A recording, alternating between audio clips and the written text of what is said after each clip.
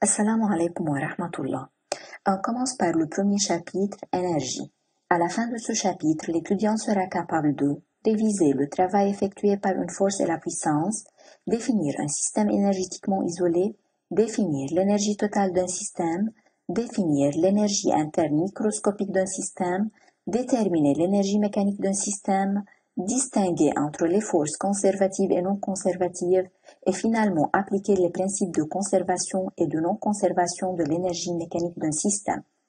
Dans cette vidéo, on commence avec un rappel sur le travail et la puissance.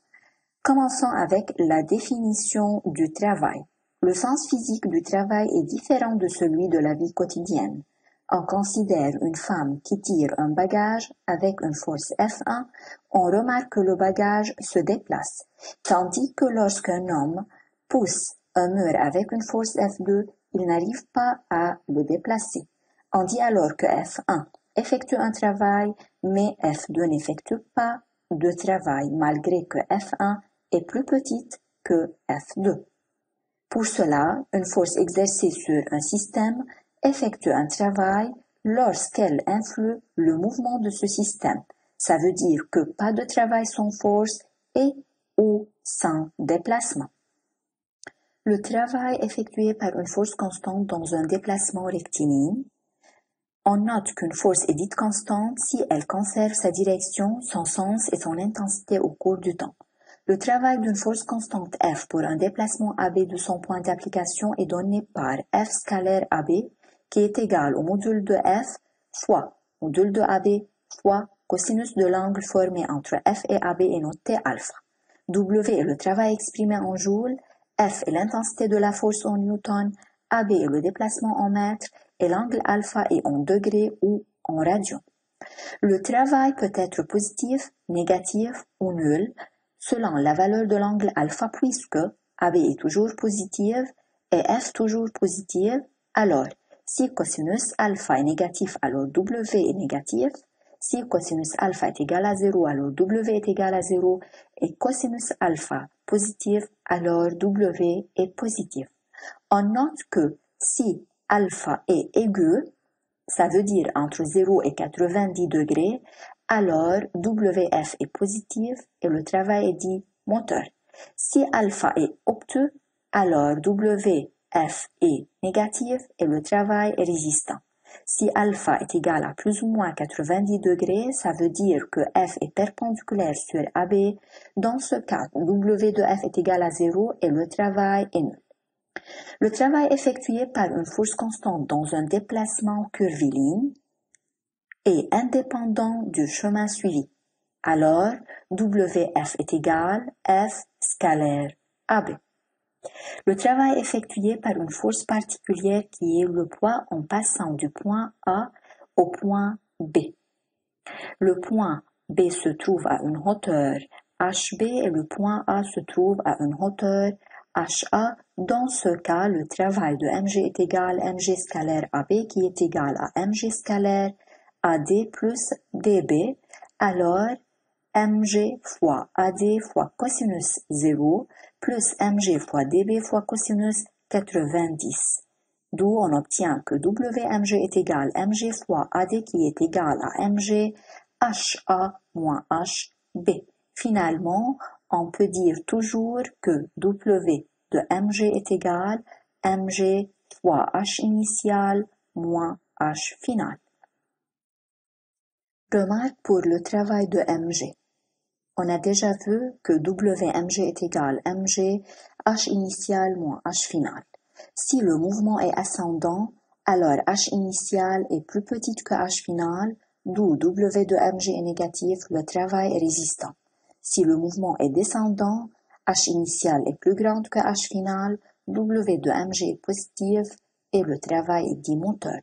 Si le mouvement est horizontal, ou même si le mouvement est quelconque mais le mobile retourne à sa hauteur initiale, dans ces deux cas, H initial est égal à H final, W de mg est égal à 0 et le travail est nul. Passons à l'application numéro 1. Une voiture se déplace sur une trajectoire horizontale rectiligne sous l'action d'une force motrice constante F de 10 puissance 4 Newton et soumise à une force de frottement constante F de 10 puissance 3 Newton.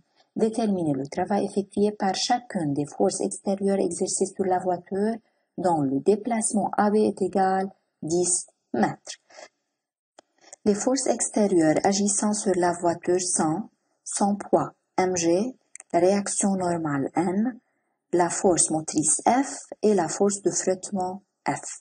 On commence par le travail de mg et de N qui sont nuls puisque mg et N sont perpendiculaires au déplacement AB. Le travail de la force motrice F est égal à F scalaire AB qui est égal à F fois AB fois cosinus 0, ça fait 10 à la puissance 5 joules. W de la force du frottement F est égal à F scalaire AB qui est égal à F fois AB fois cosinus 180 degrés, alors W du frottement est égal à moins 10 à la puissance 4 joules. Passons maintenant à la puissance mécanique. La puissance est une grandeur algébrique qui mesure le taux de travail. Elle est définie comme étant une quantité de travail par unité de temps. Alors, la puissance moyenne est donnée par delta W sur delta T. La puissance moyenne est exprimée en watts, delta W en joules, delta T en secondes. 1 watt est égal à 1 joule par seconde. La puissance instantanée est obtenue en passant à la limite de delta T tend vers 0, alors PI est égal dW sur dt, ça veut dire la dérivée de W par rapport à T. Où dW est égal F scalaire dr, on obtient PI est égal F scalaire dr sur dt, d'où PI est égal F scalaire VI égale F fois VI fois cosinus de l'angle formé entre F et VI. F est exprimé en newton, dr est le vecteur déplacement exprimé en mètres et VI est la vitesse instantanée exprimée en mètres par seconde.